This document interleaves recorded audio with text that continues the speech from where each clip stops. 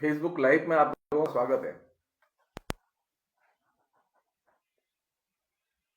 आज की बातचीत का हम लोगों ने विषय रखा है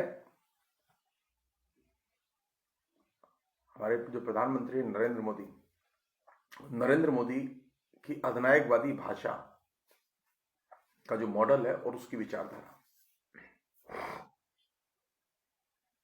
सामान्य तौर पर नरेंद्र मोदी के भाषण की चर्चा तो होती है, लेकिन भाषण के अंदर जो भाषा इस्तेमाल की जा रही है, भाषा का जो मॉडल इस्तेमाल किया जा रहा है, उसकी कहीं कोई चर्चा नहीं है। मैंने एक लेक्चर उसी पर दिया था, उसकी कड़ी में आगे की बातचीत में आपके सामने रखता हूं।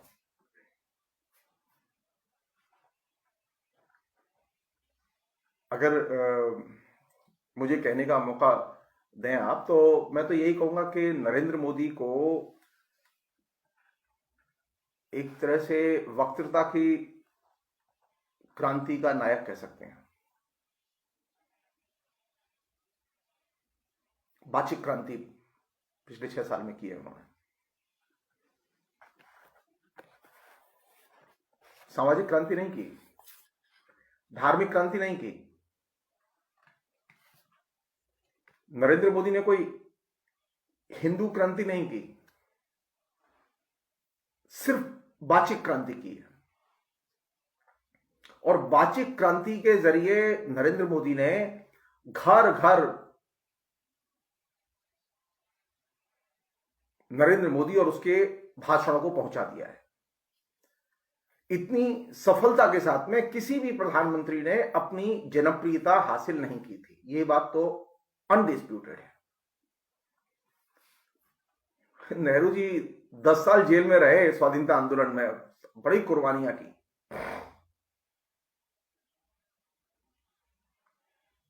महात्मा गांधी सबसे बड़े नेता थे, लेकिन महात्मा गांधी इतने अनडिस्प्यूटेड जनप्रिय नहीं थे।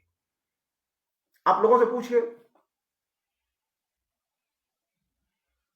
नरेंद्र मोदी के भाषण से जिस तरह लोग कन्विंस हैं और जिस तरह लट्टू हैं उस पर, उससे एक बात तो माननी पड़ेगी कि नरेंद्र मोदी ने कम से कम ये जो दौर है विभिन्न किस्म की क्रांतियों का, उसमें वाचिक क्रांति करने का श्रेय निश्चित तौर पर नरेंद्र मोदी को है। और ये जो वाचिक क्रांति है, इस वाचिक क्रांति के अपने तरीके हैं, इस सफलता के अपने तरीके हैं। हम में से अधिकतर लोग नरेंद्र मोदी की इस वाचिक क्रांति के बारे में बात नहीं कर रहे हैं। नरेंद्र मोदी के बारे में बात कर रहे हैं, सरकार के बारे में बात कर रहे हैं, वैक्सीन के बारे में बात कर रहे हैं, किसान आंदोलन के बारे में बात कर रहे हैं, नोटबंदी में बात कर रहे हैं, जीएसटी में बात कर, तमाम चीजों में बात कर रहे हैं। लेकिन नरेंद्र मोदी की वाचिक क्रांति,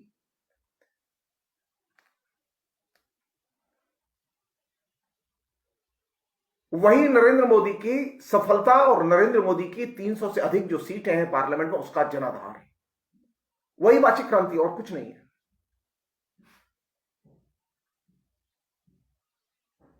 और इस नरेंद्र मोदी की वाचिक क्रांति की जो धुरी है वो है अविवेकवाद।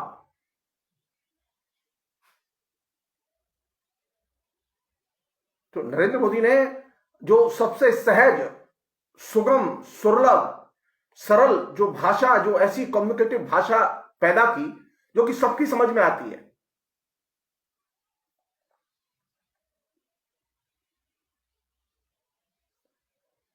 वो ऐसी भाषा है जिसने के अनेक पॉपुलर नारे निर्मित किए हैं लोगों के बीच में वो। और इस वाचिक क्रांति और इसके द्वारा गढ़े गए मुहावरे या राजनीति का सबसे जो महत्वपूर्ण पक्ष है, नरेंद्र मोदी अकेले ऐसे प्रधानमंत्री हैं जो कि वाचिक क्रांति के तो नायक है, लेकिन वे जो भाषण देते हैं,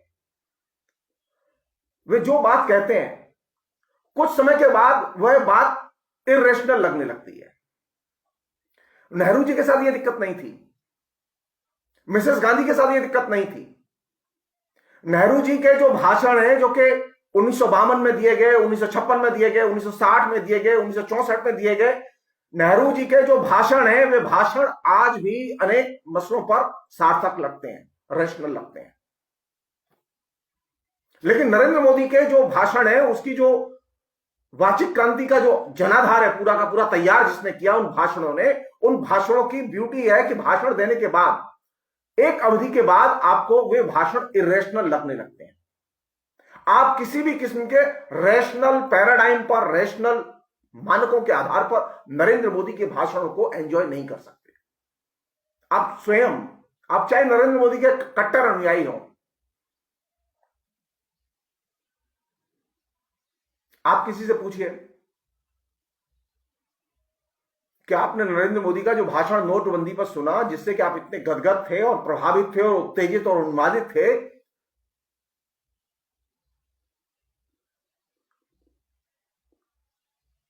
थोड़ी देर के लिए भूल जाइए कि आप उसके वोटर और सपोर्टर हैं। वो भाषण क्या रैशनल था? क्या आप रैशनली उसे आज भी एक्सेप्ट करते हैं? जब लोग कहते हैं ना नरेंद्र मोदी काम कर रहे हैं, तो आप पलट के सवाल सिर्फ इतना कर दिए क्या काम कर रहे हैं, तो जवाब नहीं होता। जो नरेंद्र मोदी के, यही उसकी इरेशनलिटी का सबसे बुनियादी कारण है। नरेंद्र मोदी के भाषण अगर रैशनल है और नरेंद्र मोदी की भाषण कला अगर रैशनलिटी का विकास करती है, तो ये भाषण बाद में भी अच्छे लगने चाहिए। आप लोगों को याद हो कुछ समय पहले, 2 साल से अधिक हो गया इस बात को, नरेंद्र मोदी के भाषणों का एक कंपाइलेशन तैयार हुआ और वह रिलीज किया गया, और उसमें भाषण लेखक का नाम था किसी का, कोई नाम याद नहीं आ रहा। आप इंटरनेट पे जाइए, पता चल जाएगा। जिस व्यक्ति का नाम दिया गया कि यह नरेंद्र मोदी के भाषण लिखता रहा है, उस व्यक्ति ने डिसोन किया कि मैंने कोई नरेंद्र मोदी का भाषण नहीं लिखा। हिंदुस्तान में कभी किसी प्रधानमंत्री के साथ यह दुर्घटना नहीं घटी कि प्रधानमंत्री का कोई भाषण लेखक हो और वो प्रधानमंत्री के भाषणों की किताब जब पब्लिश हो तो वह डिसोन करे और कहे कि मेरा इस किताब से कोई संबंध नहीं है। तो नरेंद्र मोदी का जो लैंग्वेज मॉडल है, जिसे अधिनायकवादी भाषिक मॉडल कह सकते हैं, इस अधिनायकवादी भाषिक मॉडल ने भाषिक क्रांति तो की है, लेकिन इस भाषिक क्रांति की ब्यूटी है कि ये भाषण देने के बाद कुछ अवधि के बाद ही ये भाषण इरेशनल लगने लगते हैं। और ये वो जगह है जहां से कि नरेंद्र मोदी को और उनके भाषणों को कायदे से देखा जाना चाहिए। अगर आप मुझसे पूछें कि नरेंद्र मोदी की क्या विचारधारा, तो मैं कहूंगा नरेंद्र मोदी कोई विचारधारा नहीं है। ये बात दूसरी, हम बहुत सारी चीजें लिखते रहते हैं, आरएसएस है, कॉर्पोरेट है, बुर्जुआ है, वगैरह वगैरह, लेकिन एसेंशियली नरेंद्र मोदी के भाषण अगर आप ध्यान से सुने, और नरेंद्र मोदी के सिर्फ भाषण, मैं भी एक्शन पर नहीं आ रहा हूं, भाषण ध्यान से सुने तो नरेंद्र मोदी कोई विचारधारा नहीं है। नरेंद्र मोदी गैस के चूल्हे की बात करते हैं, गैस के कनेक्शन की बात करते हैं, किसानों को 2000 रुपए पहुंचाने की बात करते हैं, वे तमाम किस्म की सब्सिडीज को खत्म करने की। नरेंद्र मोदी अपने भाषणों में किसी भी किस्म की पॉलिटिकल आइडियोलॉजी को प्रोपेगेट नहीं करते। वो क्या करते हैं? वो खाली भाषण देते हैं।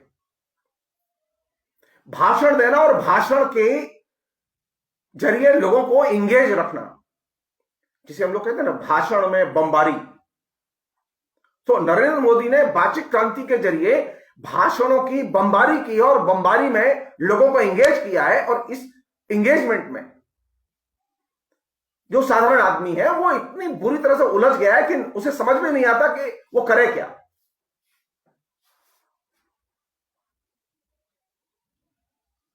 तो नरेंद्र मोदी के भाषणों पर विचार करते समय यह चीज हमेशा जहन में रहनी चाहिए कि नरेंद्र मोदी के भाषण में विचारधारा उस तरह से नहीं होती जिस तरह से पॉलिटिकल लीडर्स की होती है, लेकिन नरेंद्र मोदी के भाषणों में भाषण जरूर होंगे, भाषण कला जरूर दिखाई देगी। और भाषण कला में एक तरह से वह जो एक सरल भाव है, एक कम्युनिकेटिव भाव है, बोधगम्य तरीके से बोलने की जो आदत है वो है उसमें।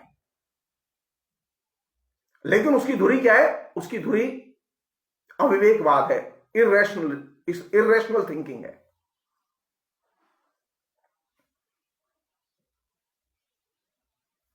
और नरेंद्र मोदी जब भाषण देते हैं तो भाषण देते समय वे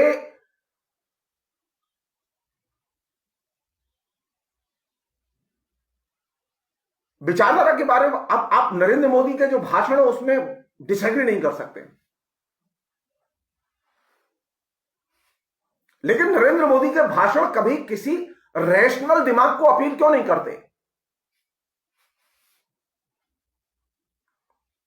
आपकी दिमाग की रैशनल फैकल्टी को अपील क्यों नहीं करते?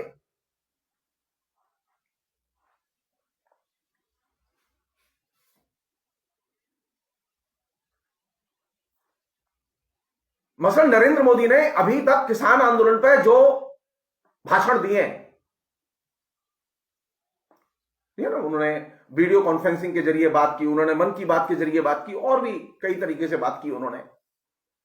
आपको किसी भी भाषण में पता ही नहीं चलेगा कि नरेंद्र मोदी वो जो 3 बदनाम जो कृषि व्यापार संबंधी जो कानून है उनके बारे में क्या कहना चाहते हैं।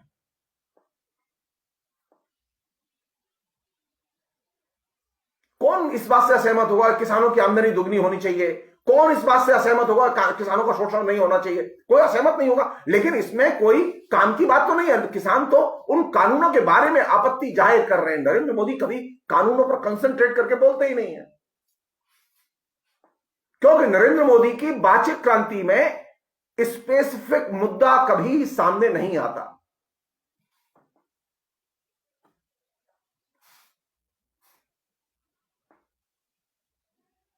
तो नरेंद्र मोदी की जो बातचीत क्रांति है वो किस चीज को अपील सबसे ज्यादा करती है?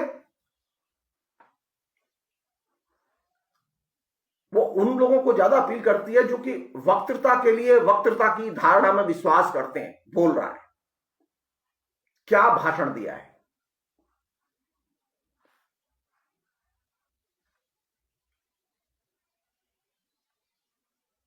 और ये जो भाषण है, वे भाषण कहां जा रहे हैं लगातार? किसके दिमाग में जा रहे हैं? वे लगातार आपकी इरेशनल फैकल्टी को सबसे ज्यादा अपील कर रहे हैं।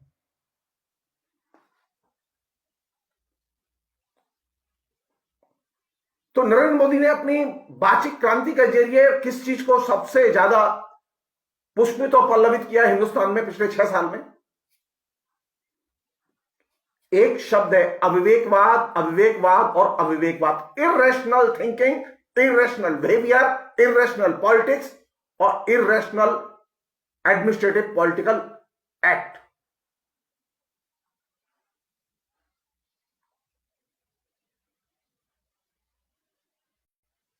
नरेंद्र मोदी कभी पलट के किसी भी रैशनल ग्राउंड पर खड़े होकर बात ही नहीं करते।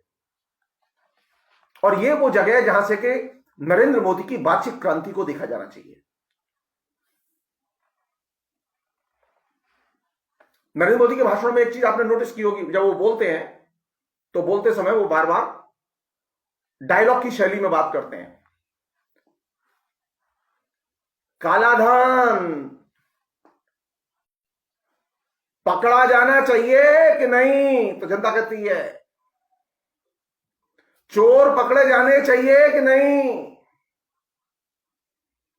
तो नरेंद्र मोदी अपने भाषणों में भीड़ के साथ में संवाद की पद्धति का इस्तेमाल करते हैं, और इस भीड़ के साथ में संवाद की पद्धति का सबसे इफेक्टिव मेथड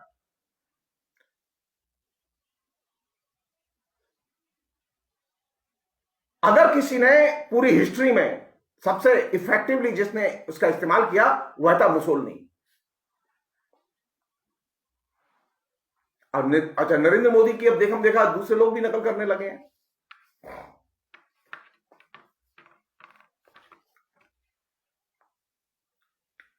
सवाल यह, क्या मंच से भीड़ के साथ में कोई डायलॉग संभव है?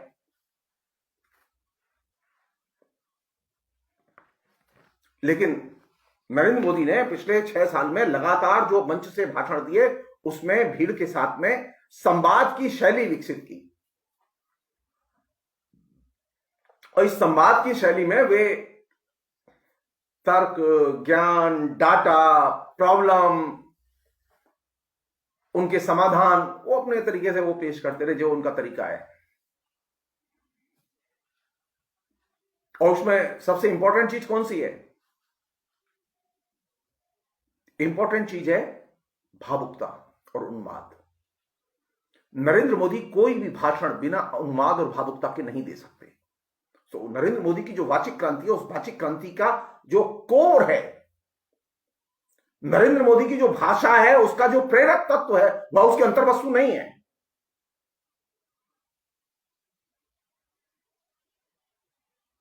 नरेंद्र मोदी की वाचिक क्रांति का ड्राइवर है भावुकता और उन्माद, और उसका ईंधन है अविवेकवाद।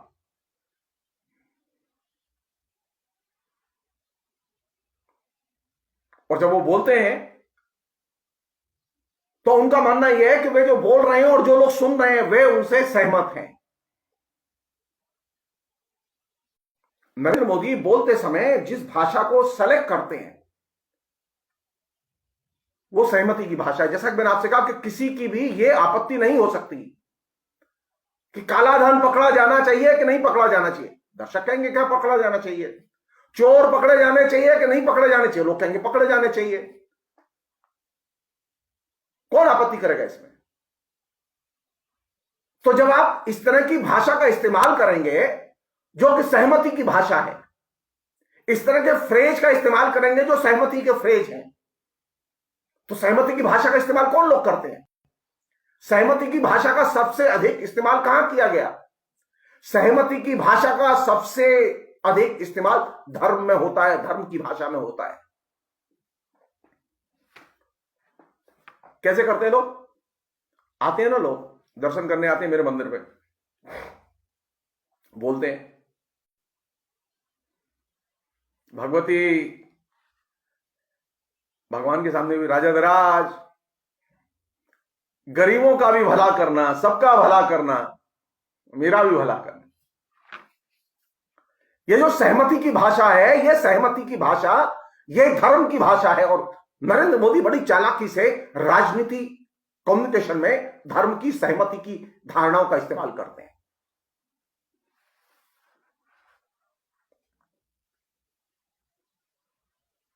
नरेंद्र मोदी जब बोलते हैं तो वे श्रोता की आस्था का ख्याल रखते हैं। वो कहीं श्रोता की आस्था डिस्टर्ब नहीं होनी चाहिए। तो वो जो कोर है जिस पर पूरी की पूरी राजनीति राम मंदिर आंदोलन के बाद खड़ी की गई बीजेपी की, वो कोर क्या है? वो कोर है आस्था और आस्था की भाषा, धार्मिक भाषा और रूपक की भाषा। उस कोर के आधार पर ही सारा का सारा तामझाम वाचिक क्रांति का खड़ा किया गया।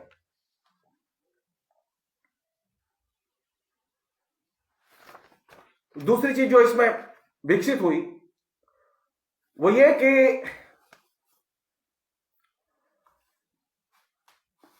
नरेंद्र मोदी जब भाषण देते हैं तो आमतौर पर जो सुनने वाले होते हैं उनकी नजर किस पर होती है? उनकी नजर होती है नरेंद्र मोदी पर। नरेंद्र मोदी क्या बोल रहे हैं इस पर नजर नहीं होती। नरेंद्र मोदी की भाषण की अंतर्वस्तु क्या है, कंटेंट क्या है, इस पर नजर नहीं होती। नजर होती है इस बात पर कि नरेंद्र मोदी किस तरह की भाषा बोल रहे हैं।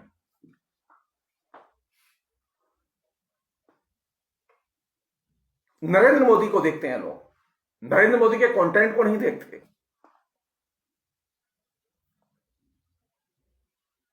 वे ये चीज नहीं देखते कि नरेंद्र मोदी जो बोल रहे हैं उनमें जो तथ्य हैं वे सही है या गलत है। चाहे वो इतिहास की बात लें, चाहे वो राजनीति की बात लें, चाहे वो जीवन की बात लें, चाहे वो बाजार की बात लें, चाहे वो किसानों से संबंधित समस्या की बात लें, पाठक की नजर नरेंद्र मोदी के भाषण में, नरेंद्र मोदी के द्वारा बोले गए कंटेंट पर नहीं होती, बल्कि नरेंद्र मोदी पर नजर होती है। दर्शक कभी भी, जो श्रोता है उनके, वो कभी भी नरेंद्र मोदी जो भाषण बोल रहे हैं उसमें जो तथ्य हैं, उन तथ्यों के बीच में क्या रिलेशन है के साथ में, उस पर कभी कोई नजर नहीं होती। तो नरेंद्र मोदी को सुनते समय लोग नरेंद्र मोदी के जो भाषण है उसके कंटेंट पर ध्यान नहीं देते, वो नरेंद्र मोदी पर ध्यान दे। नरेंद्र मोदी बोल रहे हैं, क्या बोल रहे हैं नरेंद्र मोदी? बहुत अच्छा बोले। अरे क्या बोले? 5 मिनट समझाओ, कोई समझाने के लिए तैयार नहीं होता, क्योंकि किसी ने भी भाषण को उसके अंतर वस्तु के आधार पर न तो सुना और न समझा। तो वे लोग जो नरेंद्र मोदी को एक बहुत ही बेहतरीन भाषणकर्ता मानते रहे और बोलते रहे और लिखते रहे, उसमें हिंदी के लेखक भी शामिल हैं, उसमें उदय प्रकाश जैसे लोग भी शामिल हैं, उनमें बहुत सारे विपक्ष के नेता भी शामिल हैं, जो गर्व से कहते रहे कि नरेंद्र मोदी बहुत अच्छा भाषण देते हैं। मुझसे अगर पूछे, मैंने कई बार लिखा भी है, मैं आज ऑन द रिकॉर्ड आपसे शेयर करना चाहता हूं, नरेंद्र मोदी सबसे घटिया भाषण देते हैं, और वो सिर्फ मुसोलिनी की तरह भाषण देते हैं,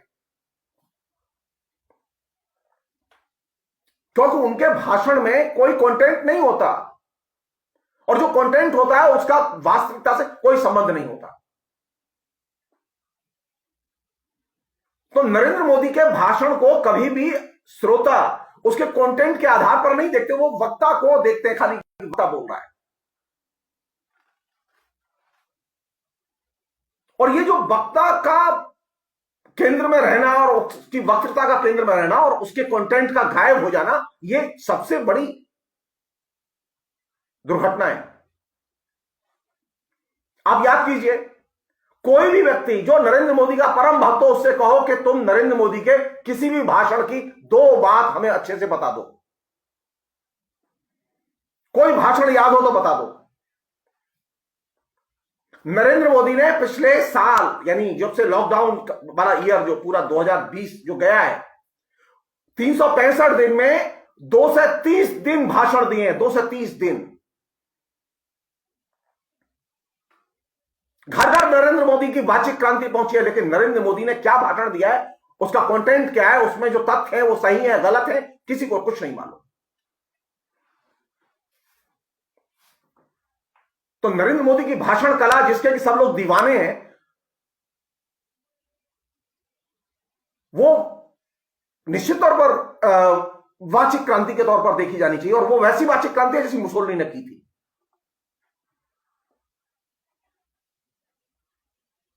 हमारे यहां चूंकि पठन पाठन की पद्धति इतनी बोगस हो गई है, और बड़े बड़े जो मठाधीश हैं एकेडमिक्स के और लिटरेचर के, उन्होंने पढ़ना छोड़ दिया है, वो मुग्ध हैं। हिंदी के प्रोफेसर ने रिवोल्यूशनरी स्पीच के तौर पर देखा उनको,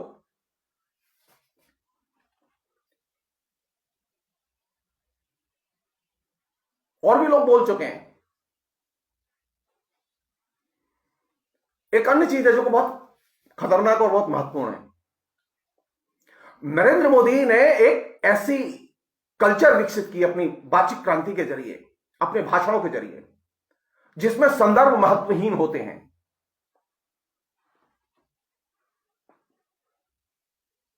और ये एक पैटर्न सभी भाषणों में है, कोई भाषण आप उठाइए उनका,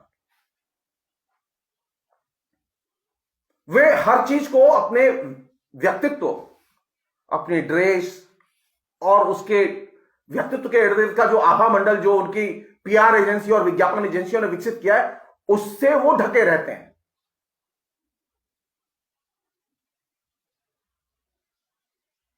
और ये संदर्भ का महत्वहीन होना अपने आप में बहुत बड़ी समस्या है, अपने आप में सारे भाषणों में।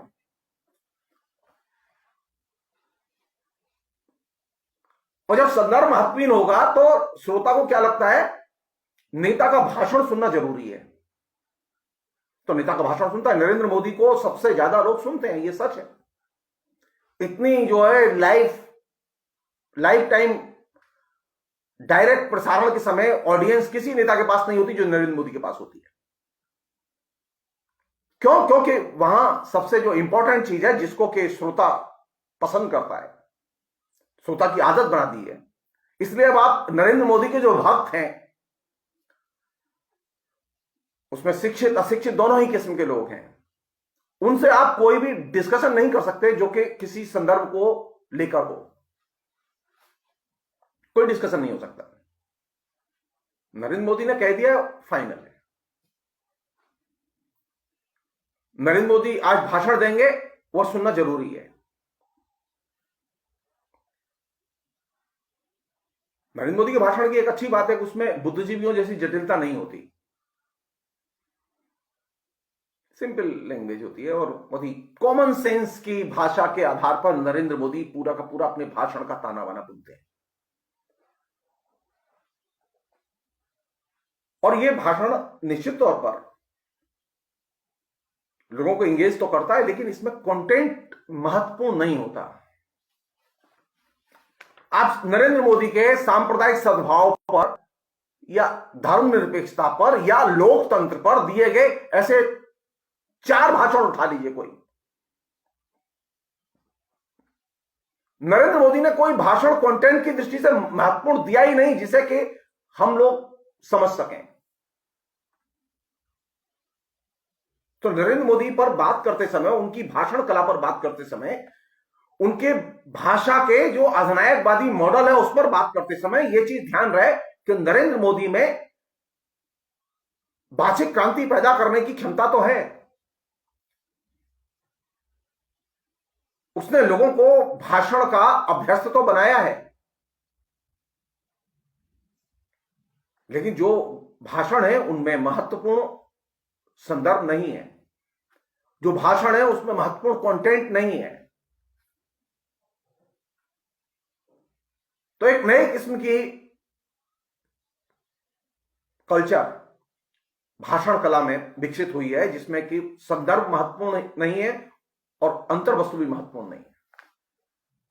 नेहरू जी के भाषण उठाइए आप, मोरारजी देसाई के भाषण उठाइए आप इंदिरा गांधी के भाषण उठाइए आप, और दूसरे नेताओं के भाषण उठाइए, उसमें संदर्भ और कंटेंट महत्वपूर्ण होता है।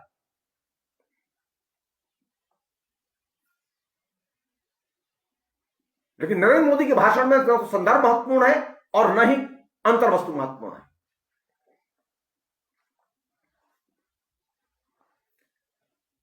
एक अन्य चीज है जो कि नरेंद्र मोदी ने विकसित की है, जो कि बहुत ही शानदार चीज है। नरेंद्र मोदी मेरी जानकारी में हिंदुस्तान के पहले ऐसे प्रधानमंत्री हैं जो कि सचेत रूप से रैशनल लैंग्वेज को और रैशनल चीजों को अपने भाषण में लाने से परहेज करते हैं, सचेत रूप से परहेज करते हैं। नरेंद्र मोदी रैशनल भाषा का इस्तेमाल ही नहीं करते।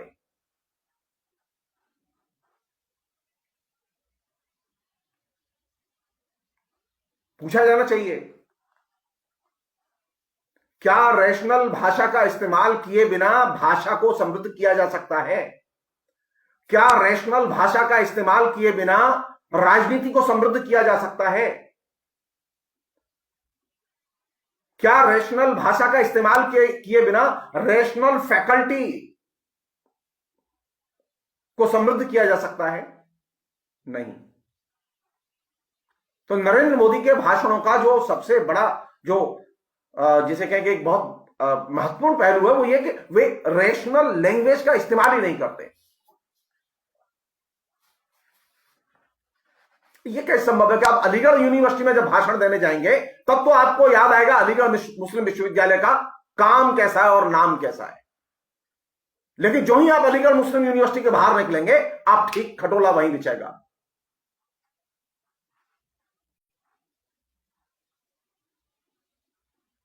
नरेंद्र मोदी ने जो हाल में अलीगढ़ मुस्लिम विश्वविद्यालय में जिस तरह का भाषण दिया उसमें से खाली अलीगढ़ मुस्लिम विश्वविद्यालय निकाल दीजिए, वो पटना विश्वविद्यालय में भी भाषण वैसा ही लागू होगा।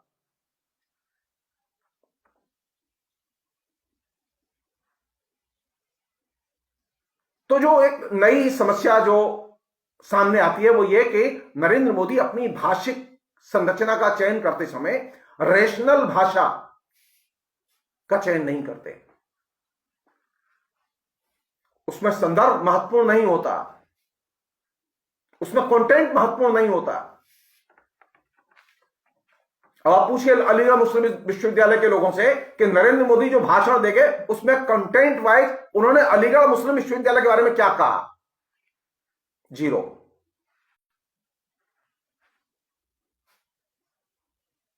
आपको लगेगा ही नहीं कि नरेंद्र अलीगढ़ मुस्लिम विश्वविद्यालय के साथ तो कोई कंटेंट भी जुड़ा हुआ है, उसकी हिस्ट्री के साथ कोई कंटेंट जुड़ा हुआ है।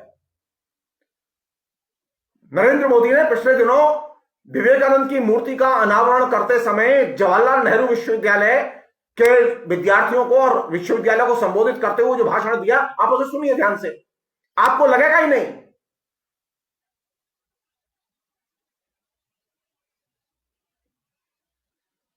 नरेंद्र मोदी जिस भाषा का इस्तेमाल कर रहे हैं वो भाषा वह भाषा है जो कि इरेशनल भाषा है, संदर्भहीन भाषा है, जिसमें कोई कंटेंट नहीं है।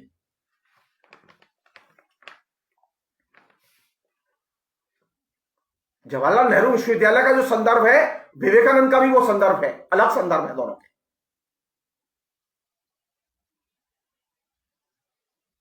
जवाहरलाल नेहरू विश्वविद्यालय की स्थापना क्यों की गई? विवेकानंद की विचारधारा के प्रचार के लिए? जी नहीं, जवाहरलाल नेहरू विश्वविद्यालय की स्थापना की गई बहुलतावादी विचारधाराओं के प्रचार और प्रसार के लिए। लेकिन नरेंद्र मोदी के भाषण से लगा कि अब एक काम बाकी है, वो विवेकानंद के रास्ते पर पहुंचाना। जैसा कि मैंने आपसे कहा कि नरेंद्र मोदी बोलते तो हैं, वाचिक क्रांति में तो वो एकदम एक्सपर्ट हैं, लेकिन उनकी भाषण कला में, उनके भाषा की स्क्रिप्ट में न तो रैशनल भाषा होती है, न अंतर्वस्तु महत्वपूर्ण होती है, न संदर्भ महत्वपूर्ण होता है। कैसे संभव है ये? एक आदमी लगातार हर ऑल्टरनेट डे पर एक भाषण दे रहा है। संदर्भहीन भाषा, अंतर्वस्तुहीन भाषा, एक ऐसी भाषा जो कि इरेशनल फैकल्टी को सबसे ज्यादा अपील करती है, उसको उसने एक डेली खाद्य बना दिया है। एक अन्य चीज, नरेंद्र मोदी कभी भी अपनी भाषण में उन पदबंधों का इस्तेमाल नहीं करते जिससे कि आपको यथार्थ को समझने में मदद मिले। अरे देश विकास कर रहा है मान लेते हैं, लेकिन देश विकास कर रहा है तो बताओ कि गरीबी घटी या बढ़ी? देश विकास कर रहा है, देश एकदम ऊपर जा रहा है, सारी दुनिया नीचे जा रही है। बेरोजगारी घटी या बढ़ी? वास्तविकता क्या है जीवन की? देश विकास कर रहा है मान लेते हैं, लेकिन बताओ कि छोटे कारखाने बंद हुए, खुले या बंद हुए? बड़े कारखाने खुले या बंद हुए? पिछले 6 साल में कितने कारखाने खुले और बंद हुए? नरेंद्र मोदी किसी भी किस्म के तथ्य और सत्य से, किसी भी किस्म के यथार्थ से कम्युनिकेट ही नहीं करते।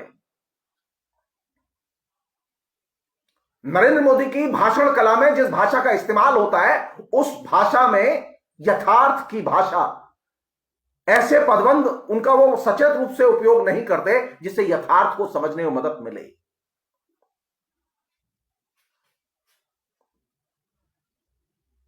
और हम भाषण खा रहे हैं, डेली खा रहे हैं, जैसे हम कचौड़ी जलेबी खाते हैं, जैसे समोसा खाते हैं, यानी जैसे चाउमीन खाते हैं।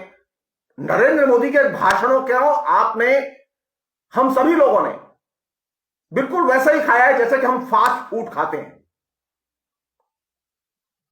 जरा सी इच्छा हुई, बाहर निकले, घूमने हुए निकले, चलो समोसा खा लेते हैं, तो नरेंद्र मोदी का भाषण खा लेते हैं। आपने कभी सोचा ही नहीं कि इससे आपका स्वास्थ्य खराब होगा? एक बुरा भाषण, एक इरेशनल भाषण आपके पूरे के पूरे दिमाग को नष्ट कर सकता है। और नरेंद्र मोदी ने कम से कम अपनी वाचिक क्रांति के जरिए यह तो किया कि उसने हिंदुस्तान के दिमाग को नष्ट और भ्रष्ट किया। आपने कभी ध्यान नहीं दिया, आपने कभी ध्यान नहीं दिया है कि अच्छा भोजन, जिसे लोग डॉक्टर कहते हैं ना, घरेलू भोजन, जो घर का खाना है, वह स्वास्थ्य के लिए लाभप्रद है, पौष्टिक खाना होना चाहिए घर में भी। फास्ट फूड आपका स्वास्थ्यप्रद खाना नहीं हो सकता। ये जो 2 मिनट्स में मैगी, तो अगर आपको हिंदुस्तान में रेवोल्यूशन करना है, पॉलिटिकल कम्युनिकेशन करना है, पॉलिटिकल रेवोल्यूशन करना है, ऑन करो मोदी को, पॉलिटिकल रेवोल्यूशन इज कंप्लीट। तो नरेंद्र मोदी के भाषणों ने सबसे बड़ा नुकसान क्या किया? Rational thinking, rational speech, rational discourse, rational dialogue, rational writing, सबके प्रति नफरत पैदा कर दी।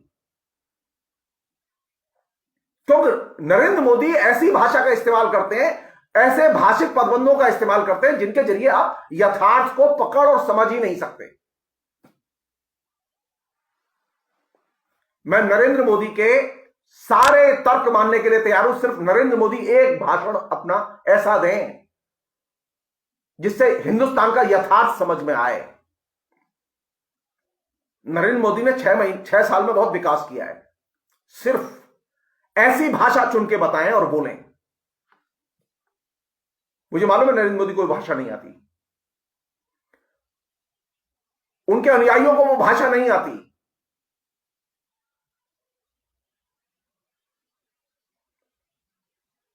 नरेंद्र मोदी ने एक कल्ट फिगर की तौर पर अपने को और अपनी हैबिट को डेवलप किया है,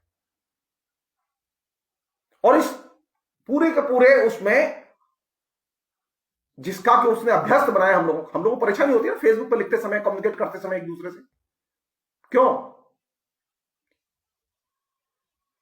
नरेंद्र मोदी के भक्त और नरेंद्र मोदी के जो प्रचारक हैं वे रैशनल भाषा में बात ही नहीं करते।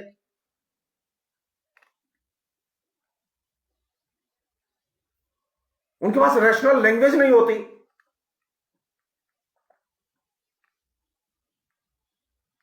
सिर्फ इसके है कि सरकार ठीक कर रही है। ये कोई तर्क, ये कोई अपने आप में भाषा हुई? अरे सरकार ठीक कर रही है तो बताओ ना क्या ठीक कर रही है।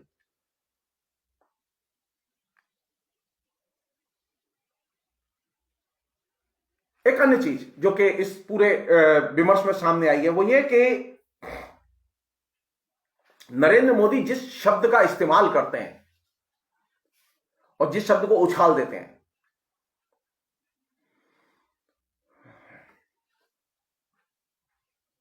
उस शब्द को उसके अर्थ से वंचित कर देते हैं।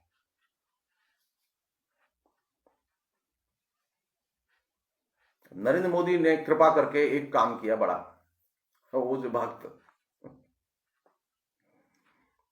मोदी भक्त,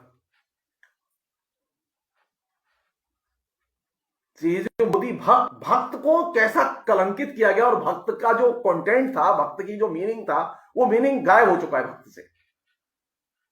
अब भक्त का मतलब ये होता है कि जिसके पास में विवेक नहीं है। भारत में ये परंपरा नहीं थी भक्तों की, विवेकहीन भक्त नहीं थे। भक्ति आंदोलन की पूरी परंपरा भक्तों की रही है जो कि बहुत विवेकवान रहे हैं, रैशनल रहे हैं। लेकिन नरेंद्र मोदी ने तो एक काम किया ये कि नरेंद्र मोदी जिस शब्द का इस्तेमाल करते हैं उसके अर्थ से उसे वंचित कर देते हैं।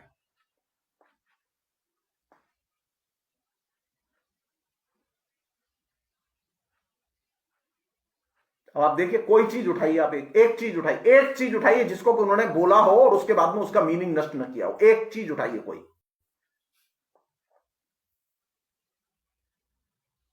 उन्होंने बैंकिंग सिस्टम को हाथ लगाया, बैंकिंग के सिस्टम में जिस तरह की भाषा बोली उसने पूरे के पूरे बैंकिंग सिस्टम की लैंग्वेज को नष्ट कर दिया और बैंकिंग सिस्टम को नष्ट कर दिया।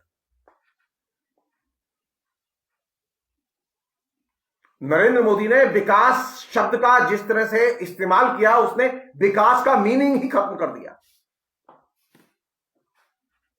तो नरेंद्र मोदी को सबसे बड़ा श्रेय, उसकी भाषिक क्रांति को श्रेय यह जाता है कि वे जिस भाषिक पदबंध का इस्तेमाल करते हैं उसके अर्थ से उसे वंचित कर देते हैं।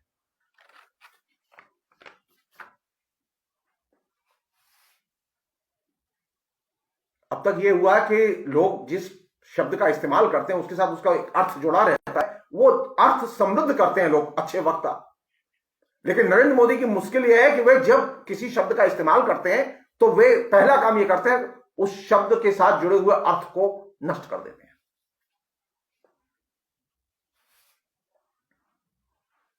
मेरा बनारस, अब जाइए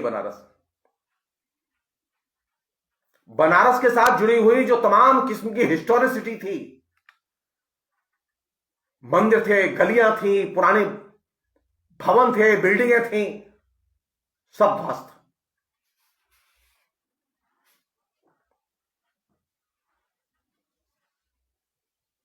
तो एक नई चीज जो विकसित हुई है वो ये कि आप लिस्ट लगाइए ऐसे शब्दों की कि नरेंद्र मोदी ने कौन कौन से शब्द इस्तेमाल किए और वे शब्द अपने अर्थ से वंचित हुए कि नहीं हुए।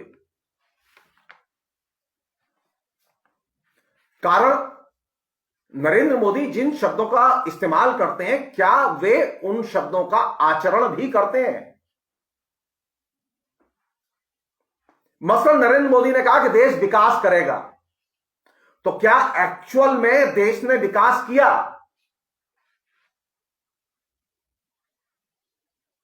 बेरोजगारी घटनी चाहिए, गरीबी घटनी चाहिए। ये कोरोना के पहले की बता रहा हूं, कोरोना तो एक बहाना है, कोरोना में कुछ नहीं हुआ ऐसा जिसकी वजह से परेशानी हो। सारी दवाइयां मेरे फेसबुक पर ये सारे डॉक्यूमेंट्स रिकॉर्ड्स अवेलेबल हैं, कोई भी व्यक्ति देख सकता है।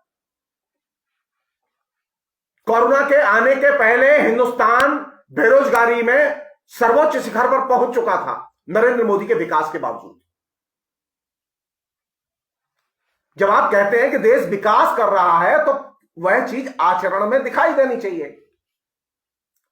आचरण में दिखाई दे रहा है कि लोगों के अंदर बेकारी बढ़ी है, आचरण में दिखाई दे रहा है कि लोगों के अंदर गरीबी बढ़ी है। तो विकास शब्द का जो मीनिंग है वो मीनिंग विकास शब्द से एकदम अलग हो गया। इसलिए हम लोग बार बार कहते हैं और लिखते भी हैं कि नरेंद्र मोदी जिस भाषा का इस्तेमाल करते हैं उसके अर्थ से उसे वंचित कर देते हैं, क्योंकि वह उनके आचरण की भाषा नहीं है। भाजपा के लोग लगातार नरेंद्र मोदी, जैसा कि मैं पहली एक स्पीच में मैं कह चुका हूं कि नरेंद्र मोदी ने जो सबसे खतरनाक चीज पैदा किया वो ये सारे लोग अब एक ही भाषा बोलते हैं, नरेंद्र मोदी की भाषा, और कोई दूसरी भाषा नहीं बोलते।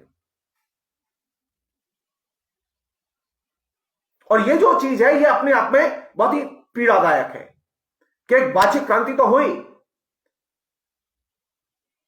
उस वाचिक क्रांति ने सैकड़ों शब्दों को उनके अर्थ से वंचित कर दिया। देश समृद्ध होगा कि नहीं होगा हम नहीं जानते, लेकिन भाषा तो दरिद्र हुई। विकास का मतलब बेरोजगारी नहीं है और विकास का मतलब गरीबी का बढ़ना नहीं है। एक छोटा सा प्रश्न पूछ रहा हूं मैं आपसे, आपके जरिए नरेंद्र मोदी से पूछ रहा हूं,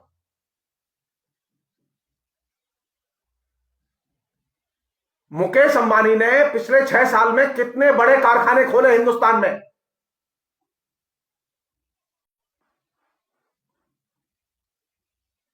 कोई नया कारखाना खोला जिसमें कि 10,000, 15,000, 20,000 लोगों को नई नौकरी मिली?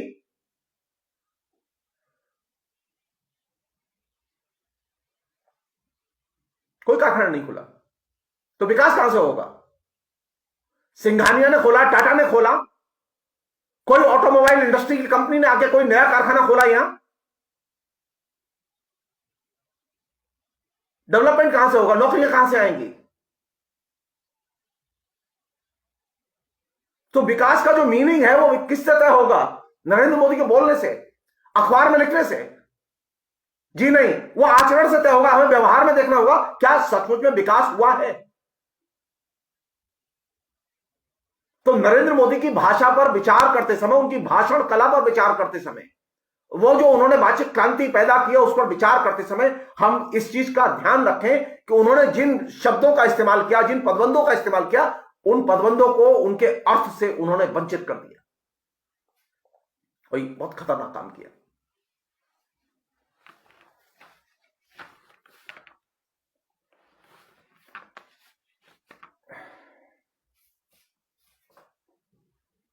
एक और चीज है जो कि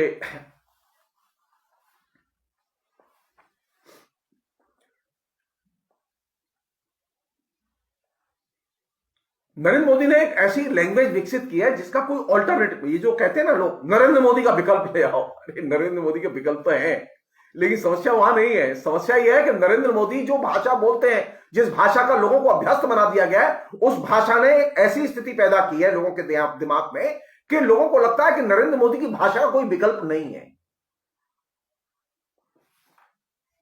तो जिसे अविवेकपूर्ण भाषा को सुनने की आदत पड़ जाती है। नरेंद्र मोदी ने किस चीज का चस्का लगाया? इरेशनल लैंग्वेज को सुनने का चस्का लगाया। अब वो एक एडिक्शन बन चुका है, वो हमारे अब आदत में अंदर जा चुका है। बहुत दिन तक डिस्टर्ब करेगी ये चीज। नरेंद्र मोदी रहे या जाएं, लेकिन इरेशनल लैंग्वेज और उसके बहुत सारे तत्व तो हमारे जीवन में उतार दिए गए हैं, आसानी से नहीं जाएंगे।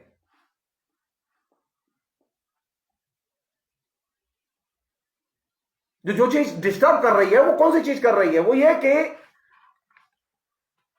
नरेंद्र मोदी जिन पदबंधों का इस्तेमाल कर रहे हैं उन पदबंधों का कोई विकल्प नहीं है। अब वो जैसे वो कहते हैं ना, मैं किसान की आमदनी दुगनी करना चाहता हूं। अब आप बोलिए कि आप चौगुनी करना चाहते हैं, तो कोई तो बोल नहीं रहा है कि दुगनी करना चाहते हैं, बाकी सब लोग ये बोल रहे हैं किसान की आमदनी घट रही है। नरेंद्र मोदी एकदम उल्टी बात बोल रहे हैं, किसान की आमदनी दुगनी करेंगे, किसान को खुशहाल बनाएंगे।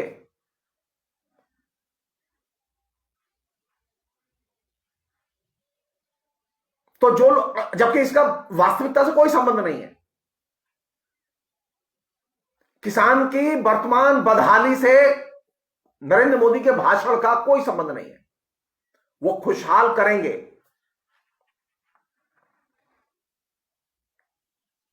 तो नरेंद्र मोदी अपने भाषण के जरिए एक ऐसी स्थिति पैदा करते हैं जिसे हम विकल्पहीन स्थिति कहते हैं, कि नरेंद्र मोदी जो कह रहे हैं उसका कोई ऑल्टरनेटिव नहीं है।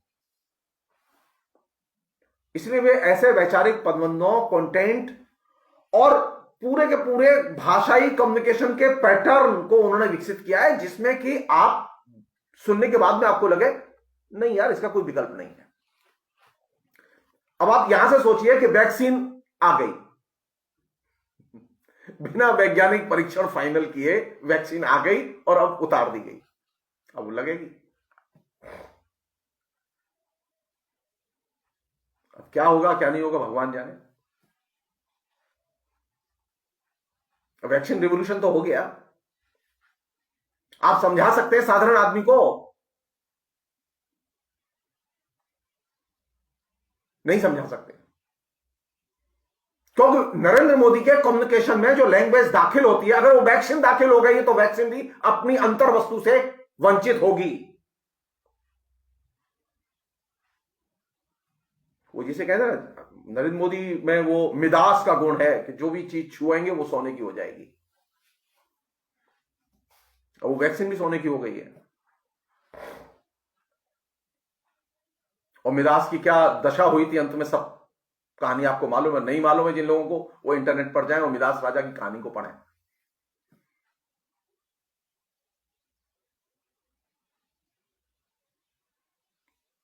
ऐसी भाषा लोगों के जहन में उतारो जो कि विकल्पहीनता पैदा करे। कोई सवाल नहीं कर रहा है इस पर, और जिन लोगों ने सवाल किए उन लोगों को एकदम अपराधी के कटघरे में खड़ा कर दिया गया।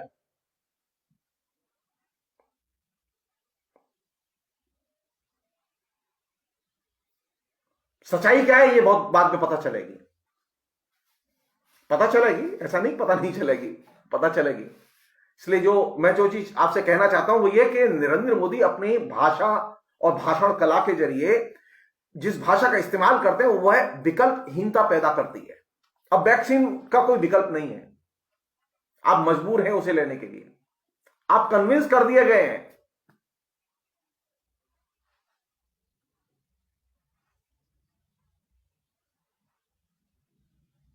जैसे आपको कन्विंस कर दिया गया कि आप खाली घंटा घड़ियाल बजाइए, कोरोना भाग जाएगा। आप मजबूर थे, आपने घंटा घड़ियाल बजाए, आप कन्विंस हैं, उसका कोई ऑल्टरनेटिव नहीं है। जो नरेंद्र मोदी बोल देंगे वो उसकी ब्यूटी है, उस वाचिक क्रांति की ब्यूटी है कि वहां जो चीज बोली जाती है वो विकल्पहीन पैराडाइम में दाखिल करती है आपको।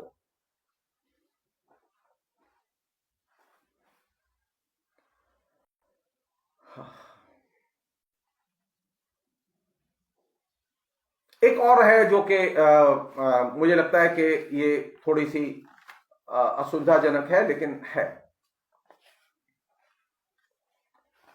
नरेंद्र मोदी कंटिन्यूअसली महीना 2 महीना के अंतराल पे वो कंटिन्यूअसली एक जगह बार बार जाते हैं और एक चीज को बार बार लाते हैं, जिसे हम लोग कहते हैं रूपकों की भाषा और धार्मिक भाषा, या आप पौराणिक भाषा कह सकते हैं अपनी शब्दावली में। पौराणिक आख्यान और रूपकों की भाषा को वो बीच बीच में बार बार लेके आते हैं, और ये रूपकों की भाषा, पौराणिक भाषा का बीच बीच में आना हर महीने 1.5 महीने में, तो अभी तो खैरियत है, कोरोना की वजह से उनकी विदेश यात्राएं बंद है। अंततः तो वो विदेश यात्रा में भी उन्होंने ये पैकेज में रखा हुआ था कि वो जहां जाएंगे वहां मंदिर में जरूर जाएंगे।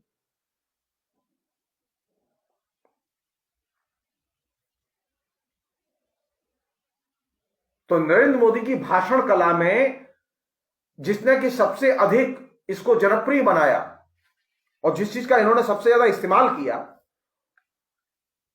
वो कौन सा है? वो किसी पौराणिक आख्यान को, किसी ईश्वरीय शक्ति को। अब वो नेपाल जाएंगे, पशुपतिनाथ जाएंगे, वहां वो दान करके आएंगे बड़ी मोटी सी रकम। तो नरेंद्र मोदी अपनी लैंग्वेज के डिस्कोर्स में, अपनी भाषण कला में बार बार, अपने एक्शन में बार बार पौराणिक भाषा और पौराणिक रूपकों का जम के इस्तेमाल करते हैं।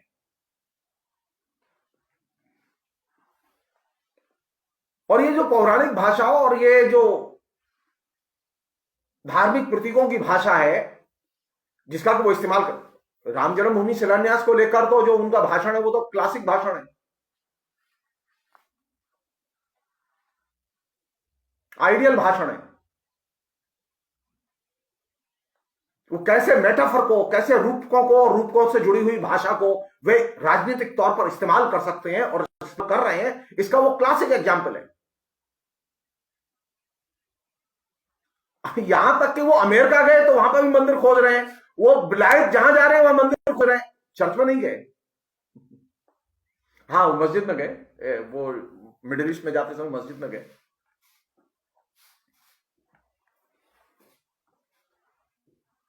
तो जब आप अपने भाषण में और अपने भाषण के स्ट्रक्चर में रूपकों की भाषा, पौराणिक आख्यान, इनकी भाषा, इनके कथानक, इनका जब आप इस्तेमाल करते हैं तो सबसे पहली चीज कौन सी होती है? आप जब राम मंदिर को बताते समय और उसका शिलान्यास करते समय जब आप राम की पूरी कथानक बताएंगे और उसकी हिस्टोरिसिटी बताएंगे, जैसा कि उन्होंने किया, तो वे पूरे के पूरे राम का ताना माना और उससे जुड़ी हुई लैंग्वेज को पूरी को उन्होंने विकसित किया उसमें।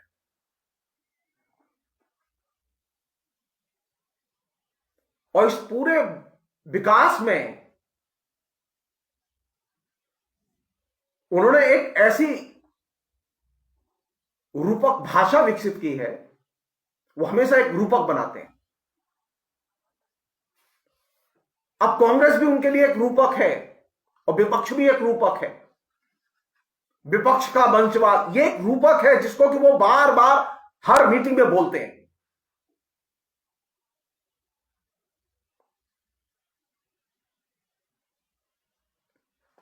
जब किसी वक्ता की भाषण कला में, भाषा में रूपक की भाषा दाखिल होती है और वह रूपक की भाषा का इस्तेमाल करने लगता है, उसके फ्रेज का इस्तेमाल करने लगता है, तो फिर वो स्वतंत्रता का निषेध करने लगता है।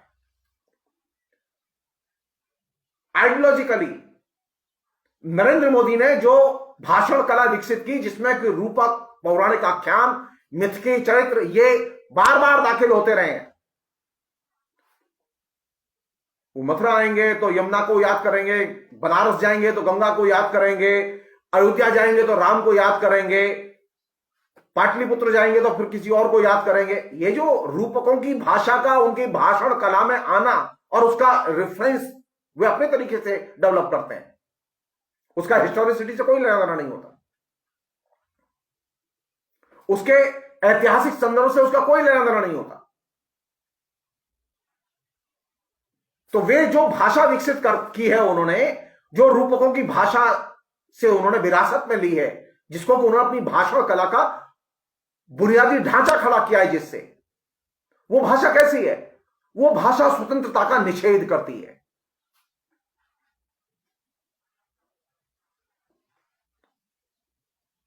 वह किसी भी किस्म की स्वतंत्रता को एक्सेप्ट नहीं करती, किसी भी किस्म के अदर व्यूज को एक्सेप्ट नहीं करती। वो पूछते हैं ना वंशवाद है कि नहीं है, तो लोग कहते हैं हाँ है, क्योंकि सबकी तो बेटा बेटी तो सबके इलेक्शन लड़ ही रहे हैं।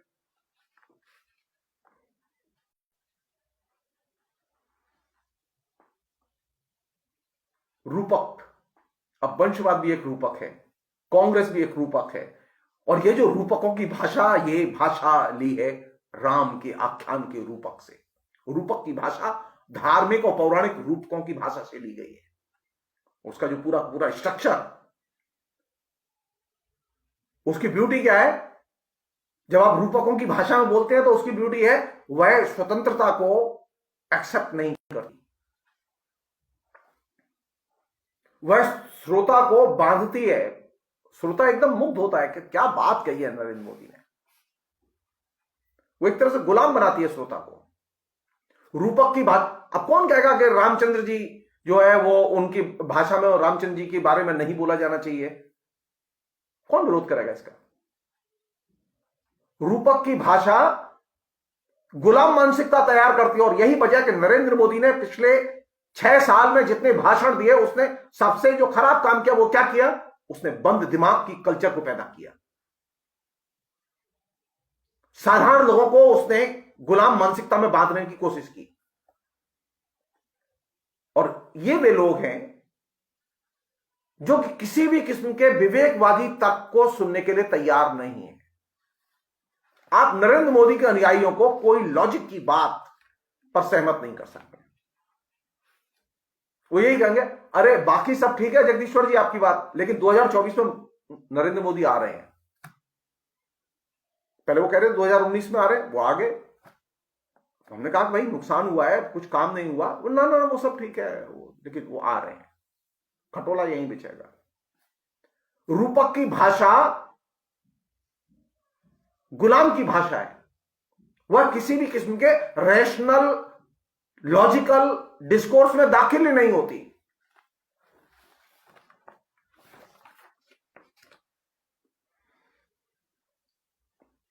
इस भाषा की खूबी है कि ये साधारण शैली में होती है हमेशा, जैसे कथावाचक होते हैं जो कि बहुत ही कॉम्प्लिकेटेड शैली में अपनी बात कहते हैं। इस भाषा में पूरी में बहुत छोटा सा हिस्सा होता है जो कहीं कोई विवादास्पद होता है, बाकी सारी भाषा जो है अविवादास्पद होती है। और इस भाषा की खूबी है कि इसमें एक खास किस्म की आध्यात्मिकता होती है। जो नरेंद्र मोदी की भाषा है उसमें एक खास किस्म की आध्यात्मिकता है। मैं कुछ समय पहले रांची यूनिवर्सिटी में इंटरव्यू लेने गया था, तो मालूम पड़ा कि जो वहां की जो प्रो वाइस चांसलर थी महिला, वो शिकायत कर रही थी कि उनके पति है, उनको एडिक्शन है नरेंद्र मोदी का भाषण सुनने का, वो भाषण सुनने उन्हें आनंद आता है, बिल्कुल ऐसे जैसे राम कथा सुनने हो। लोग हैं ऐसे, नरेंद्र मोदी के अनुयायी हैं ऐसे, उनको नरेंद्र मोदी का भाषण अच्छा लगता है और बिल्कुल एकदम लट्टू हैं उस पर। तो ये जो उसमें जो आध्यात्मिकता का एलिमेंट है नरेंद्र मोदी की भाषा में, ये एलिमेंट इसलिए है क्योंकि वहां उसका जो ढांचा पूरा का बनाया गया वो अविवेकवाद पर आधारित है। अब मैं दो एक और चीजें हैं जो कि बहुत ही संक्षेप में आपके सामने शेयर कर रहा हूं।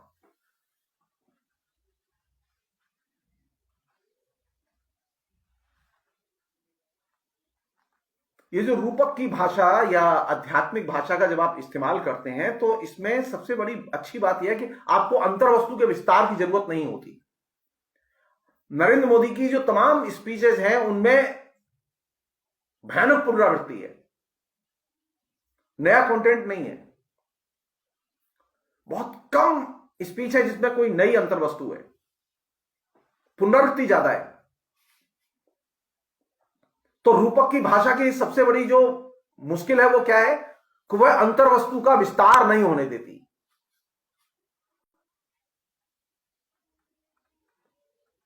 और यही वजह है कि नरेंद्र मोदी के भाषणों में एक खास पैटर्न, एक खास अंतर्वस्तु, और वो कंटिन्यूअसली मिलेगी। विषय भी फिक्स हैं, उन्हीं विषयों पर मिलेंगी बार बार।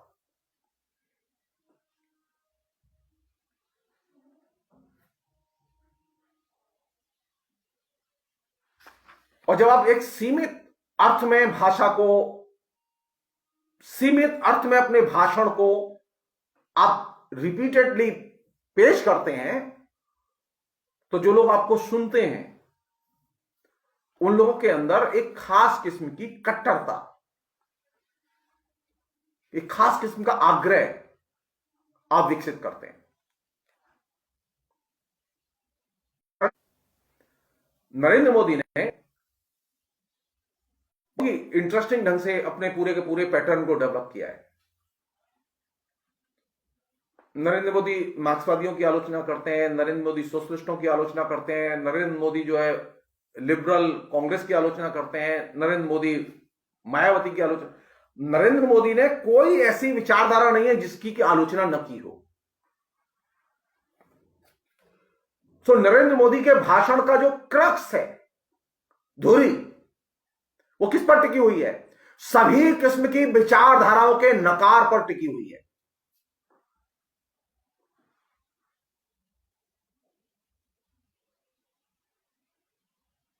नरेंद्र मोदी किसी विचारधारा को, जो प्रचलित विचारधाराएं हैं उनमें से किसी को भी एक्सेप्ट नहीं करते, वो सबको रिजेक्ट करते हैं। तो नरेंद्र मोदी के जो भाषण है, उन भाषणों का जो मर्म है वो कहां से निर्मित हो रहा है? वो नकार से निर्मित हो रहा है, विचारधाराओं के नकार से निर्मित हो रहा है। और यही वजह कि वे किसी भी किस्म की विचारधारा को नहीं मानते, और जो किसी भी किस्म की विचारधारा को नहीं मानते वही तो मोदीमय है।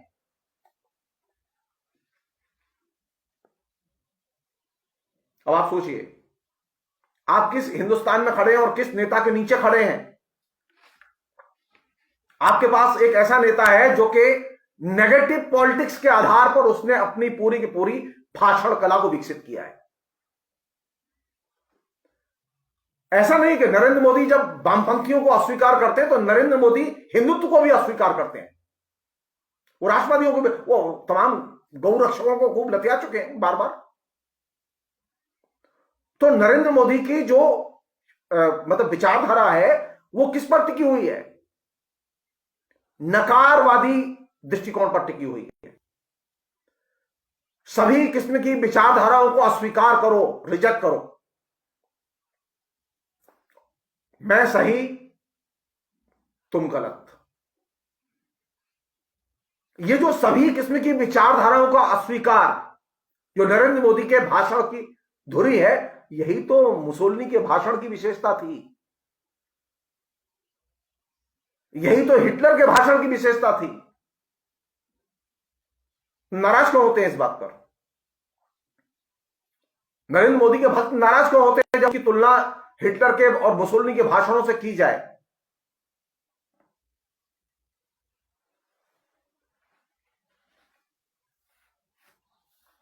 ऊपर से लगेगा आपको कि ये आरएसएस के प्रतिनिधि हैं,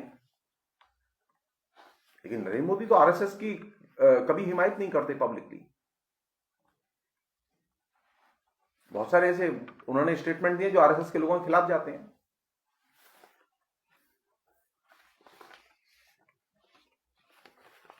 ये जो नकार की जो भाषा है, ये नकार की भाषा ही असल में खोखली भाषा है, और इनके जो राजनीतिक खोखलेपन को वो दर्शाती है। सभी विचारधाराओं को अस्वीकार करो। विचारधाराएं गुलाम बनाती हैं, और नरेंद्र मोदी वो तो गुलाम का भी गुलाम।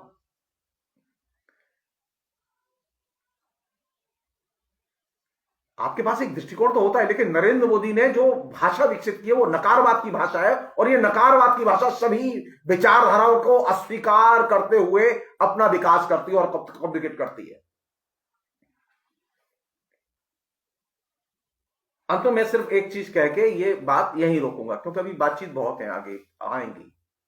वो ये कि नरेंद्र मोदी की भाषण कला और भाषा को सिर्फ आर्थिक यथार्थ से जोड़कर देखो। जब मैं कहता हूं कि नरेंद्र मोदी अपने भाषणों में रूपक की और पौराणिक की और धर्म की भाषा का इस्तेमाल करते हैं, तो आप एक चीज जान लीजिए कि धर्म की भाषा की खूबी है कि उसे आप आर्थिक अवस्था से जोड़कर नहीं देख सकते। नरेंद्र मोदी के किसी भी भाषण को हिंदुस्तान की आर्थिक अवस्था से जोड़कर देखिए, चाहे उनका पहले दिन दिया गया भाषण हो जब वो संसद में चरण रज संसद की लेके घुस रहे थे, और अब संसद की उसी बिल्डिंग को वो एक म्यूजियम बनाने में लगे हुए हैं। अब वो म्यूजियम पीस होगी। इसे कहते हैं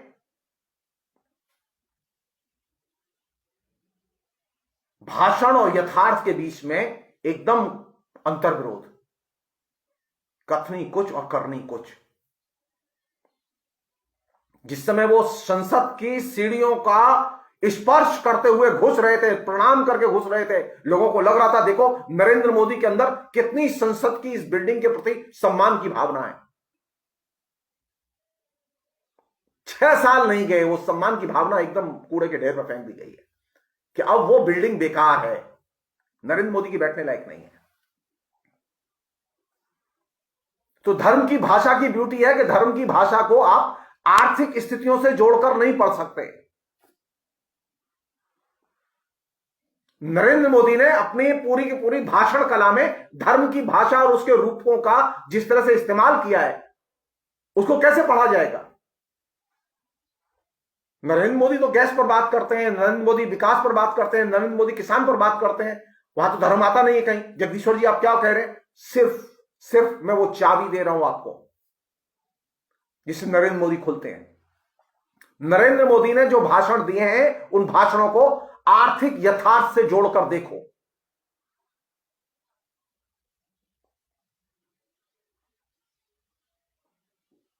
जिस तरह धर्म की भाषा आर्थिक यथार्थ से उसका मेल नहीं है, उसी तरह से नरेंद्र मोदी की भाषा का भी हिंदुस्तान के आर्थिक यथार्थ से मेल नहीं है।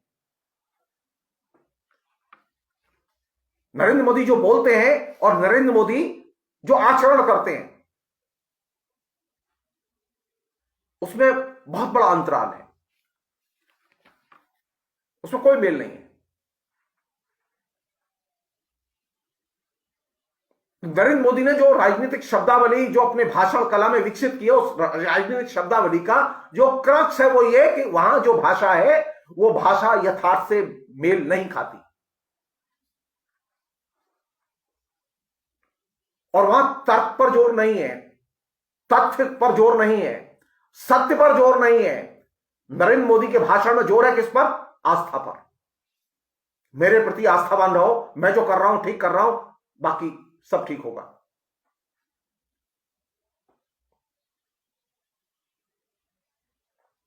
और जब आप आस्थावान हैं तभी तक आप वैध हैं, और जब आस्थावान नहीं है तो आप वैध नहीं है। आप मोदी को मानते हैं तो आप सही हैं, और मोदी को नहीं मानते तो आप गलत हैं।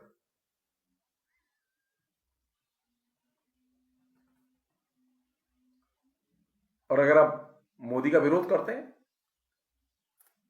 बागी होते हैं, तो फिर मोदी के लिए पास में अनेक तरीके हैं आपको डील करने के। राष्ट्रद्रोह, झूठे कानून, झूठे मुकदमे, फाइन, तमाम चीजें हैं।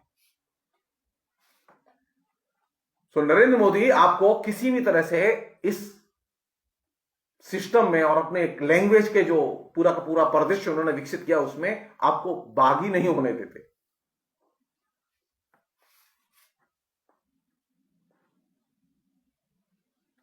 आप किसी भी तरह से नई लैंग्वेज के जरिए आप धर्म को रिप्लेस नहीं कर सकते।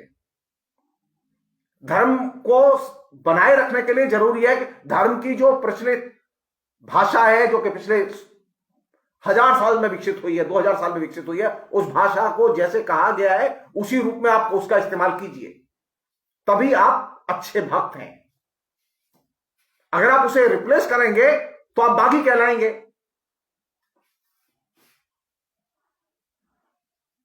तो मोदी के भक्त कहलाने के लिए कौन सी चीज जरूरी है? मोदी की भाषा का अनुकरण करो।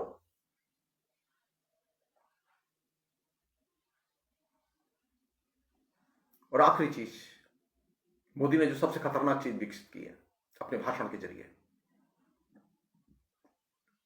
वो ये है कि उसने बहुसंख्यकवाद को विकसित किया है, बहुसंख्यक जो समुदायवाद है उसे विकसित किया है। मोदी ने खाली भाजपा को विकसित नहीं किया। मोदी ने अगर भाजपा को खाली विकसित किया होता, भाजपा के लिए वोट जुटाए होते, हमें कोई आपत्ति नहीं होती। मोदी ने सबसे खतरनाक काम क्या किया है कि उसने एक खास किस्म का बहुसंख्यकवाद और समुदायवाद पैदा किया है।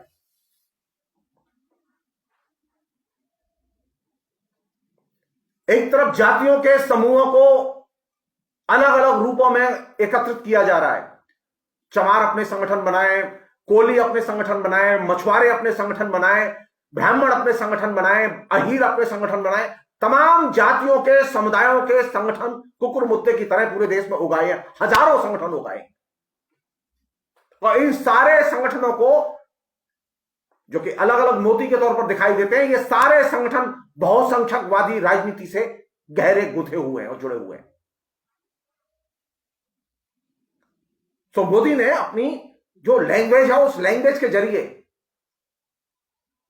जो समुदाय पैदा किया, जो मानसिकता पैदा की, जो विचारधारा पैदा की, वो कौन सी विचारधारा पैदा की? बहुसंख्यकवाद की विचारधारा पैदा की। अब तक बहुत हुआ धर्मनिरपेक्षता, अब तक बहुत हुआ बहुलतावाद, अब संख्या बल के आधार पर बहुमत जो कहेगा उसे मानना होगा।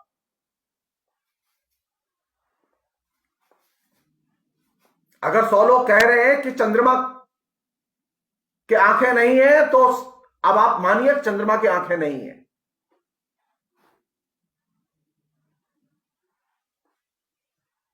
यह खास किस्म का रूढ़िवाद है जो कि बहुसंख्यकवाद की आड़ में पैदा किया जा रहा है। मोदी जो कहें वो सही, बाकी सब गलत।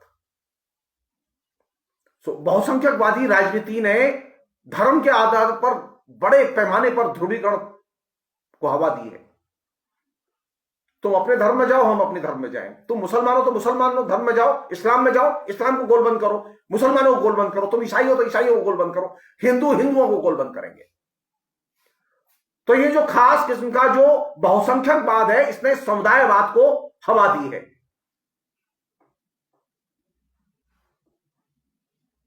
और ये बहुत खतरनाक चीज है, सबसे ज्यादा खतरनाक चीज है।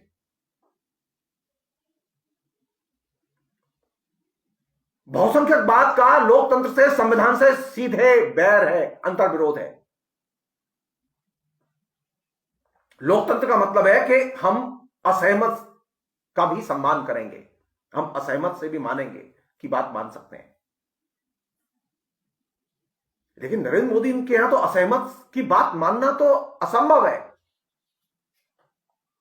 नरेंद्र मोदी के भक्तों में कोई असहमत हो और वो अपनी बात मनवा ले, यह एकदम असंभव है।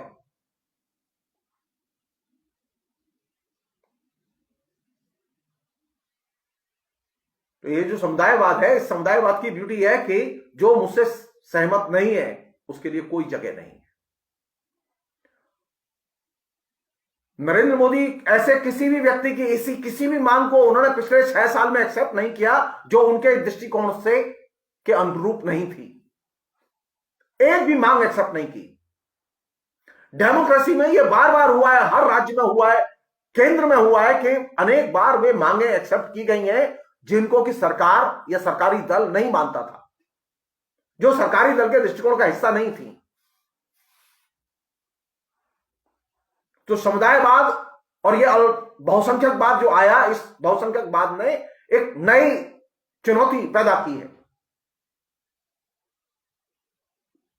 अब सिर्फ वही लीगल है जो सरकारी है, जो सरकारी नहीं है, जिसको कि नरेंद्र मोदी ने एक्सेप्ट नहीं किया है, वह सब इलीगल है। अब आप सोचिए, जो नोटोरियस लोग हैं, एकदम बदनाम लोग हैं, जिनके हिस्ट्री सीटर हैं, जिन्होंने दंगे कराए, जिन्होंने कत्ल की, जो कि जिनके खून रंगे, हाथ से खून रंगे हुए हैं, वो सब अब नरेंद्र मोदी के साथ है। क्यों? क्योंकि नरेंद्र मोदी के साथ जाने का मतलब पवित्र होना। वो मिरास है, तो नई एक लैंग्वेज ऐसी पैदा की राजनीति में, एक ऐसा दृष्टिकोण पैदा किया कि अब मेरे साथ जो आ जाएगा वो सब सोने के हो जाएंगे और उनके साथ जो रहेंगे वो सब बदमाश होंगे, सब कातिल होंगे, सब ब्लैक मार्केटियर होंगे, सब 2 नंबर का धंधा करने वाले होंगे। तो जरूरत क्या है, मेरे साथ आओ। जो नई जो भाषा, जो नया जो ताना बाना जो नरेंद्र मोदी ने खड़ा किया वो ये कि वह तर्क और रैशनल फैकल्टी को एक्सेप्ट नहीं करता, और तर्क और रैशनल फैकल्टी का राजनीतिक डिस्कोर्स से एकदम बेदखल हो जाना, ये सबसे बड़ी दुर्घटना है। और इस दुर्घटना के लिए, इस एक्सीडेंट के लिए कौन जिम्मेदार है? सिर्फ नरेंद्र मोदी। सारे विज्ञापन। अब आप यहां से देखिए, एक छोटी सी चीज उदाहरण दे रहा हूं मैं आपको।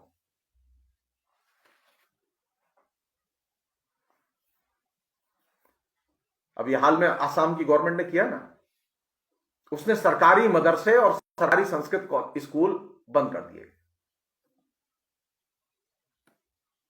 तो संस्कृत स्कूल तो उन्होंने संस्कृत यूनिवर्सिटी के तहत जोड़ दिए, लेकिन मदरसे उठा दिए। अब इनसे पूछो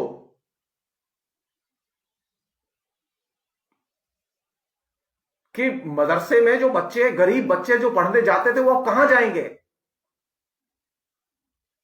वो हिंदुस्तान के नागरिक नहीं है। उन्हें सिर्फ इसलिए वंचित कर दिया जाएगा क्योंकि वो मुसलमान हैं, वो उर्दू पढ़ते हैं। सरकार इसीलिए वो स्कूल उठा देगी। कोई बात नहीं कर रहा इस पर, कोई बात नहीं कर रहा इस बात पर कि क्यों आपने संस्कृत स्कूल, जो संस्कृत स्कूल सरकारी मदद से चल रहे थे, वो संस्कृत स्कूल आपने डिजॉल्व कर दिए। आसाम के लोगों के लिए अब ये हिंदुत्व का कारण नहीं है कि संस्कृत स्कूल तो बचे रहेंगे, वहां से खाली देखने के लिए सरकारी मदरसे और सरकारी संस्कृत स्कूल दोनों हटा दिए, लेकिन संस्कृत स्कूल तो आपने संस्कृत यूनिवर्सिटी से जोड़ दिए। और मदरसे कहां जाए? मदरसे को भी आपने किसी यूनिवर्सिटी से जोड़ने की कोशिश की, क्यों नहीं की? मदरसों की शिक्षा को भी आप किसी विश्वविद्यालय से जोड़ सकते थे।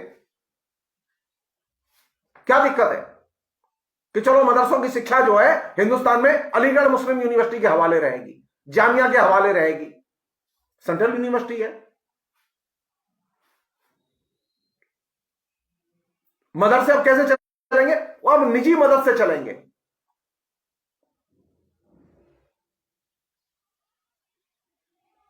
राजनीति में बहुसंख्यकवाद इस तरह से धीरे धीरे धीरे करके पैर पसार रहा है। ये जितने भी पॉलिटिकल एक्शन लिए जा रहे हैं, कहां लिए जा रहे हैं? नए नागरिकता कानून वाला एक्शन लिया गया, वो किस लिए लिया गया?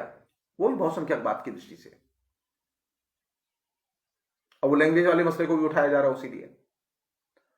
तो नरेंद्र मोदी ने जो सबसे बड़ा जो विमर्श तैयार किया अपने भाषणों के जरिए और उनके अपनी कल्चर के जरिए, वो विमर्श अल्टीमेटली हिंदुस्तान के सांस्कृतिक बहुलतावाद और हिंदुस्तान का जो वैचारिक बहुलतावादी जो परिदृश्य है उसको सीधे चुनौती देता है। और नरेंद्र मोदी के भाषण जिस चीज की मांग करते हैं, जिसकी की सबसे बड़ी खपत है, वो क्या है? आखिरी बात ये कह के मैं खत्म कर रहा हूं, वो है विचारधाराहीनता। नरेंद्र मोदी का अनुयायी होने का मतलब है विचारधाराहीन होना। हम तो किसी विचारधारा को नहीं मानते। क्यों? नरेंद्र मोदी किसी की विचारधारा को नहीं मानते। अरे विचारधारा के बिना तो देश बना ही नहीं। वो सोशलिस्ट हैं, कम्युनिस्ट हैं, लिबरल हैं, नेशनलिस्ट हैं, ये तमाम किस्म की विचारधाराएं हैं और रहेंगी।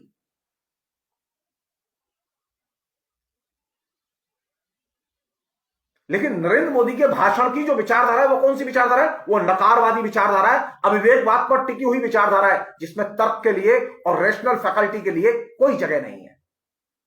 नरेंद्र मोदी की जो भाषा है, उस भाषा की ब्यूटी है कि वहां भाषा जो बनाई गई है वह रूपकों की और धर्म की भाषा है।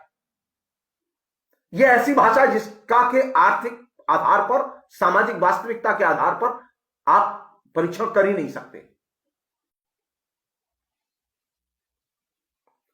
आप कोई भी एक चीज ले लीजिए जो कि नरेंद्र मोदी ने डिक्लेयर की हो और उसे जाके जस्ट व्यवहार में देख लीजिए। ये प्रधानमंत्री किसान योजना के तहत जो राहत पहुंचा रहे हैं उसमें घोटाला हुआ है। 12,000 करोड़ रुपया ऐसे लोगों को पहुंचा दिया गया जिन लोगों ने के कोई वो एग्जिस्ट नहीं करते, खाते एग्जिस्ट नहीं, वो एग्जिस्ट नहीं करते, वो लोग समाज में कहीं फेक है। नरेंद्र मोदी अपनी बटन दबाते हैं तब पैसा निकलता है बैंक से। कौन जिम्मेदार है इसके लिए? कोई बैंक का मैनेजर नहीं। आपकी बटन दबती है तब खाते में पैसा जाता है, आपकी बटन नहीं दबती तो खाते में पैसा नहीं जाता।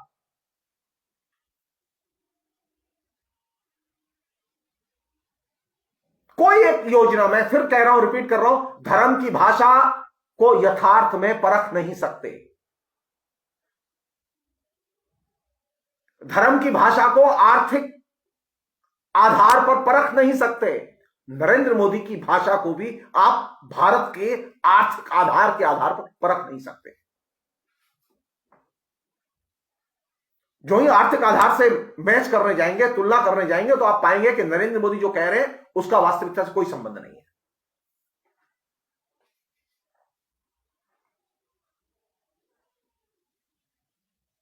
इसलिए यह चीज समझने की है कि नरेंद्र मोदी ने जो भाषाई गेम शुरू किया है वो गेम अभी जवानी पर है। अभी इस गेम को उतरना बाकी है। वो कब उतरेगा?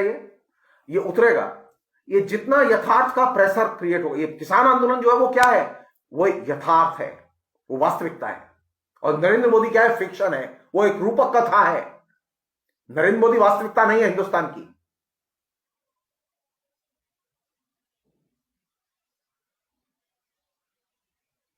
नरेंद्र मोदी सिर्फ एक रूपक कथा है। हिंदुस्तान की वास्तविकता है जो कि हिंदुस्तान के बॉर्डर पर खड़ी है, दिल्ली के बॉर्डर पर खड़ी है। वो है किसान। लाखों किसान आंदोलन कर रहे हैं।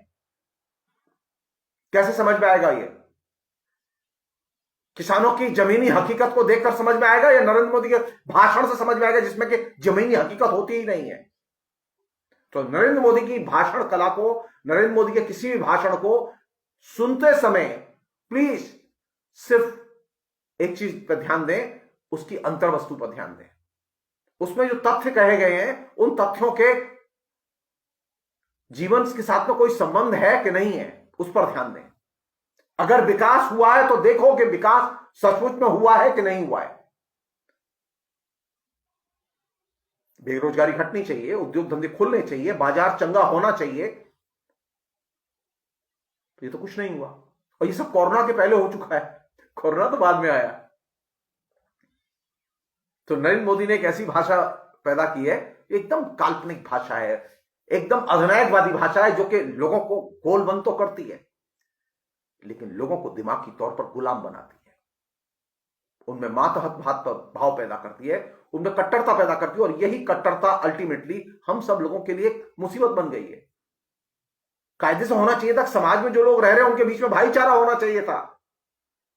अरे नरेंद्र मोदी प्रधानमंत्री हैं, रहे, कोई दिक्कत नहीं है, लेकिन आपस में शत्रुता हो गई है, एक दूसरे पर विश्वास नहीं करते, एक दूसरे के खिलाफ में हम लोग एकदम जहर उगलने लगे हैं।